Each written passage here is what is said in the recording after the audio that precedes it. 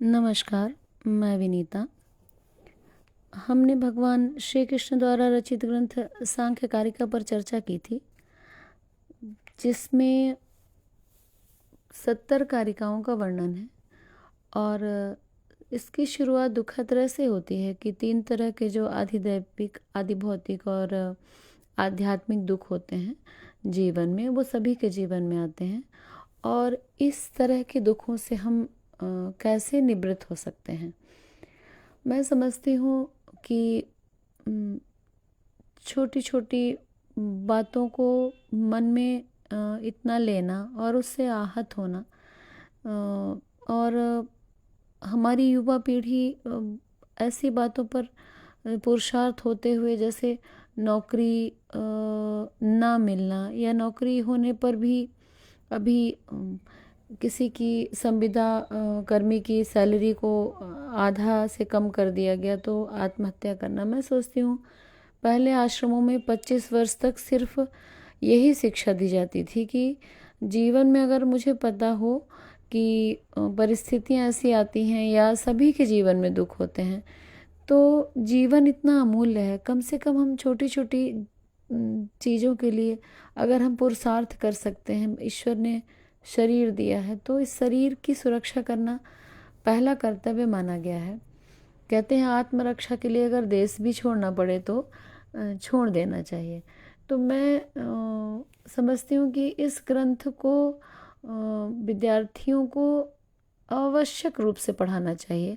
यहाँ धर्म की बात ही नहीं है, यहाँ हमको जीवन को समझने के लिए प्रेरित किया गया है कि अगर हम दुख को समझ जाते हैं तो हम कम से कम ऐसे कदम तो ना उठाएंगे जिससे हमारे हमारे जो अपने जन हैं तो उनके बारे में इतना विचार तो करेंगे कि हाँ, आज अच्छा समय कल था, आज बुरा है तो वो निकल जाएगा।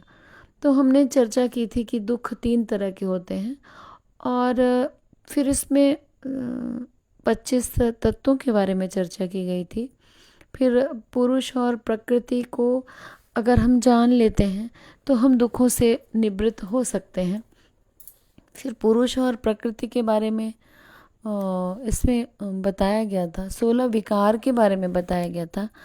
तो हम वहाँ तक पहुँचे थे कि प्रकृति की सत्ता को सिद्ध किया गया था कि प्रकृति की सत्ता है, क्योंकि प्रकृति से ही सारे विकार उत्पन्न होते हैं और प्रकृति में ही समा जाते हैं। और प्रकृति पुरुष के लिए कार्य करती है और पुरुष की सत्ता की सिद्धि की बात है।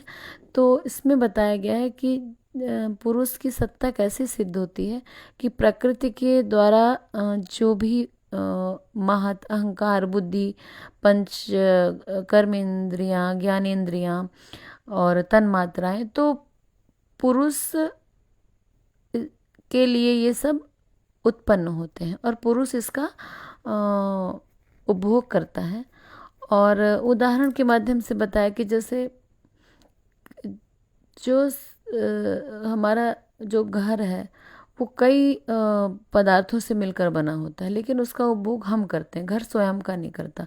तो प्रकृति परोक्ष रूप से पुरुष की मुक्ति के लिए ही कार्य करती है और पुरुष उसके द्वारा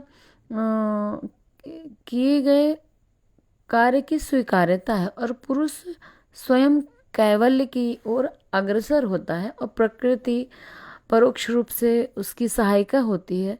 तो इस प्रकार पुरुष